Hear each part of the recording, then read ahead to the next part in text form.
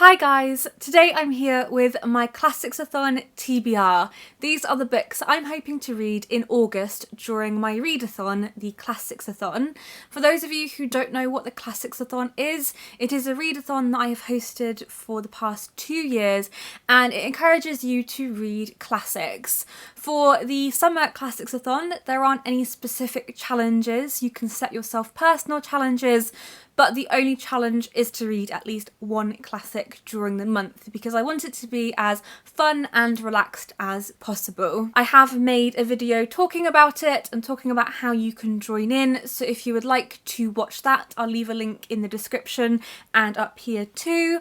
I would love it if lots of you could join in and we can all read classics together, but if you do want to join in, then it would be lovely to see your TBRs. So I've been slightly ambitious with my TBR. I've gone for quite a lot of books and my strategy was going to be one long book and lots of shorter books. It didn't work like that. I just found loads of long books that I wanted to read and I'm just going to go for it. I'm going to go all out. I know I've got bits of time throughout August. I've got probably about a week off while I'm waiting to hear back on my book edits, and then I'm going to be editing my second book, Read with Pride. So I'm sure I'll get some reading done in there somewhere, but we'll have to see throughout the month to see how my reading does actually go. If I don't read them all in August, I'll probably save them for September as well. So I'll definitely read these all within the next few months or so. So I'm going to start by talking to you about The Return of the Native by Thomas Hardy, which I don't actually have a copy of. I was looking through my bookshelves. I knew that I wanted to read The Return of the Native next. I knew I wanted it to be my next Hardy book. Looked at my bookshelves and it's the only Thomas Hardy book I don't own, and I didn't know that I didn't own it, so I've had to order myself a copy to match my set. One of the old Macmillan editions, which I really love, so I haven't got a copy on me to show you, but I'm really excited to read this because I didn't have a copy, I didn't know a lot about it, and then I was looking up something to do with Thomas Hardy. I was looking at a lot of his character names, I think, and I realised that I didn't know a lot about The Return of the Native as opposed to lots of his other books. And then the next day somebody messaged me on YouTube to say, have you read The Return of the Native? So I took that as a sign that it should be a book that I should read during the Classicsathon. And then one of the personal challenges I've set myself for the Classicsathon is to read some of the books that I've started but haven't finished yet, and I've got 2 in mind. The first one that I would like to read, which is probably going to be my priority, is Wives and Daughters by Elizabeth Gaskell. As you can see, I've got my post-it notes in there trying to perfectly time my reading of it, but I'm currently 272 pages in out of around 650, so I've got a way to go yet, but this does seem manageable and I'm really enjoying this book. This is about a girl called Molly Gibson who has always lived with her father. Her mother died when she was very young, so it's always been the two of them, and then as Molly grows older, her father thinks that she should have a female role model in her life, so he gets remarried, and that's where the fun and games begin in Wives and Daughters, because Molly's new stepmother is not exactly perfect. She has her own daughter Cynthia and she's quite a selfish character really. At the heart of it, Wives and Daughters is about growing up and about parents letting go of you and saying when you should be let out to explore the world for yourself and to make your own decisions. And so there is this domestic conflict between the characters in the book and lots of unsaid things, which I really like in a good classic, especially when it comes to romance. One of my favourite things is when the protagonist won't admit to themselves that they are in love with someone, and that is quite a strong part of Wives and Daughters really, so I'm really loving this and can't wait to finish it. And then the other book I've challenged myself to finish in August is Madame Bovary by Gustave Flaubert. I've been reading this since February and I still haven't finished it yet. I'm about 92 pages in, I think, and I'm liking it, but I don't think I've got far enough into it yet to really be able to say how much I'm enjoying it.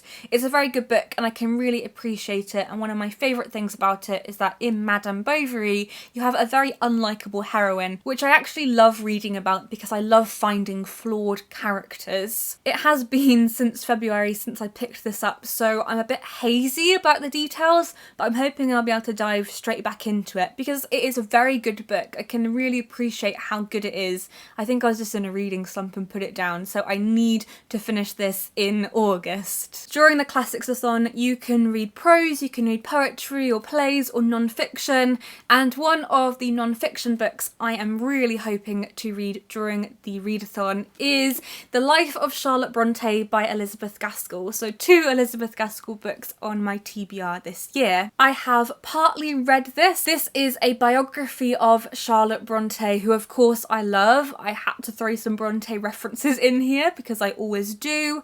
But the great thing about this biography is that it's not just about Charlotte Bronte, but it can also tell you a lot about biographies as literary forms and also the purpose of biographies. What were they there for? What did they say about the society that the people who were reading it lived in? And what do they say about the truth of how we live? Is the biographical truth the real reality of how that person lived? So I have already read some of this. It's a book that I've dived into lots, but I've never read it from start to finish yet.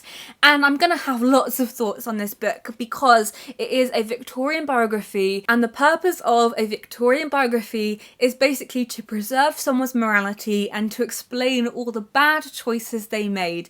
And so in this, Elizabeth Gaskell is really trying to explain how Charlotte could write such coarse books, how she could write stuff that a young lady shouldn't be writing about.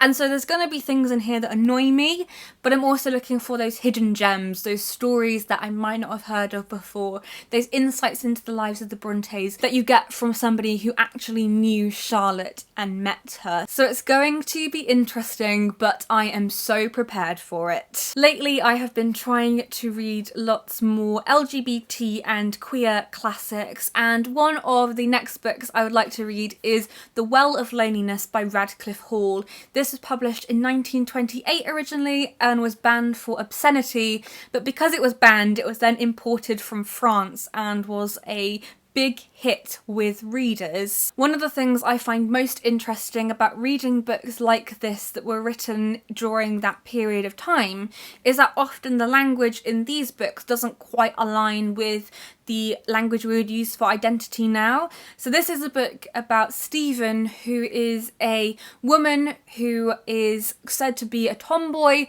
but she loves women. And so I'm really interested by the description of that. And because this is considered a work of lesbian fiction, I am interested to know whether we would consider it as such now, or whether because identity labels have come on a long way since then, whether actually Stephen might be considered trans or non-binary. I want to look at it and read it through that lens to see whether things have progressed in a way now that would mean this would be a different book if it was published now. I've also been promising a video on queer classics for quite a long time, so I want to make that very soon, but I've got to finish the last few books before I can make it. Another one of my personal challenges for the Classicsathon is to read more books set over a wider range of time. So I tend to read lots of Victorian classics. I just love the Victorian period so much, but I want to read more from earlier and from later. So I'd like to read something specifically written in the 1700s, and the book that I would like to read is The Life and Opinions of Tristram Shandy by Laurence Sterne. I'm so intrigued by this book. It starts with Tristram Shandy's conception, the moment that he is conceived, and it's also quite an interesting book because there are just blank pages throughout, so I don't know a lot about this. I just know that there are really interesting scenes, and it's a very interesting book to consider the structure and how it's written. So I'm looking forward to reading it, but I don't know a lot about it. I just don't have a great knowledge of 1700s and 18th century literature, so I want to read more of it so I can broaden my knowledge and learn more about the people who lived at the time and the kind of literature that was being written, because it was a very exciting time for the novel in particular, and I think that this one is going to be good. I'm a bit nervous because it is slightly out of my comfort zone, but we'll have to see what I think of it when I read it. Going further back in time, I would like to read a play during the Classicsathon, and I have chosen Richard III by my good old friend William Shakespeare. It's been a while since I've read any Shakespeare. I studied him at college last year, and so, I mean, was that last year? It seems like such a long time ago now, but I studied Othello, and ever since then I just kind of didn't want to read any more Shakespeare for a while. I kind of wanted to forget about studying it for A-level because I think it can be quite limiting. So I want to read more now. I want to try and read Shakespeare more regularly. I'd love to read all of his plays one day, and I tend to read comedy, so I would like to read one of his tragedies, and I'm really interested in this period of time in which he is writing because Richard III was a very interesting character and a very interesting figure in history who did some awful things, but ultimately it has a great story behind it, and so I'm looking forward to seeing how Shakespeare tackles it. I love the Tudors and I love the Elizabethans, and I don't read enough about them, or I don't read enough literature or plays set during that time, so it's got to be another personal goal I think that extends beyond the Classicsathon. I need to read more Shakespeare, I need to read more that explores around that period of time, because I've always loved it, but the Victorians slightly overshadow it for me, so I need to make a point of getting more into it. And then speaking of the Elizabethans, I would like to read the Penguin book of Elizabethan verse. This is introduced and edited by Edward Lucie-Smith. I don't know what I'm going to think about this, I don't know what I'm going to think about the curation of it, but I want to read more Elizabethan verse because I love the sonnet as a form. I love that style of poetry, maybe even more so than modern poetry now. There's just something about it that really appeals to me. I love the structure behind it and the purpose behind it. I love a lot of courtly love poems, and this very rigid form to poetry I just really respond to. Also, I'd like to meet a suitor and be wooed by Elizabethan verse poems. I mean, that's the dream, right? But I'm hoping that I'll discover some new to me poets and also find out more about a time I'm so fascinated by. The other poetry collection I would like to read is this collection by D.H. Laurence in the Penguin Poets edition, which I got second hand, so this isn't in print anymore, but I'm sure you could find this edition somewhere, or I'm sure they've reprinted it in a more updated version. I really like D.H. Laurence, but I've never read any of his poems before. I've read Lady Chatterley's Lover, and I think it's a really great book in some ways. In other ways, I wasn't too sure about it. It's not one of my favourites, but I can really appreciate it, and I think it says a lot about class and the time that it was written in. It's also a banned book, and I'm fascinated by why books are banned and whether they would be banned now and how they would be received now. So I'm looking forward to reading more D.H. Laurence, and actually I think if I enjoy his selected poems, I'll go on to read more of his novels too, and it might spur me on to read them sooner. Jumping forward to the 1930s, and I'm not sure if I've ever heard anyone talk about this book on BookTube, but I'd love to read it, and it is The Brontes Went to Woolworths by Rachel Ferguson. I don't know precisely what this has got to do with the Brontes, but this was recommended to me by someone who said that they loved it a lot, and it is about some sisters who form this imaginary world based on this man, and then they meet his wife, and the vision of him and this world they've created comes tumbling down. And so I suppose that's where the Bronte connection comes in, because the Brontes had their own fictional worlds based on, in Charlotte and Branwell's case, on the Duke of Wellington, and they formed this whole fantasy world around him and how he would live. And then Emily and Anne had the fictional world of Gondor. I'm also loving reading books from around this period of time at the moment. I love reading more about the 1930s and slightly earlier, so it is something that I am really enjoying, and so I'm definitely going to try to read this. And then the last three books I'm hoping to read during the Classicsathon are ones I'm not too fussed if I don't get to, but they are shorter ones that I can read between books if I want to.